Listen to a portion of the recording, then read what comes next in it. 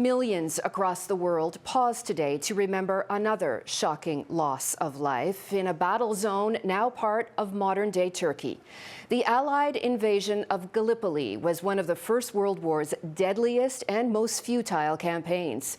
And at the very site of so much bloodshed, a poignant ceremony has marked its centenary. Nil Koksal reports.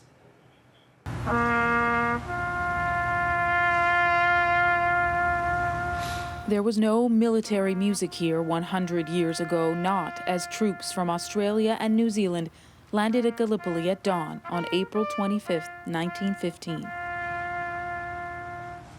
But today, to honor the 130,000 Allied and Ottoman Empire troops who died here, remembrance and respect. But ordinary men did extraordinary things. They lived with death and dined with disease because that was where their duty lay. The First World War battle here was a defining one for Turkey, but also for Australia and New Zealand, their troops known as the Anzacs. Time and perspective of history have cast the Gallipoli campaign and some of the military decisions that were made in a different light. But 100 years ago, both sides were doing what they believed was right and what they believed was necessary. This is the city, Istanbul, and the water that divides it, the Bosphorus, that the Allied forces were hoping to capture a century ago. It is an anniversary Canada honors too.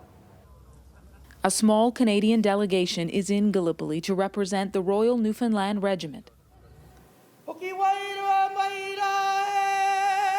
In Ottawa, Governor General David Johnston led a ceremony at the National War Museum. I'm sure that those young Newfoundlanders who arrived at Gallipoli, their first real battle, were shocked at what they found. The cemeteries in Gallipoli, the anniversary, always draw huge crowds to this picturesque peninsula and its tragic ghosts. This year, the turnout was larger than ever. The people here had to enter a lottery to get a spot on this historic land. For many drawn here, this is their Remembrance Day.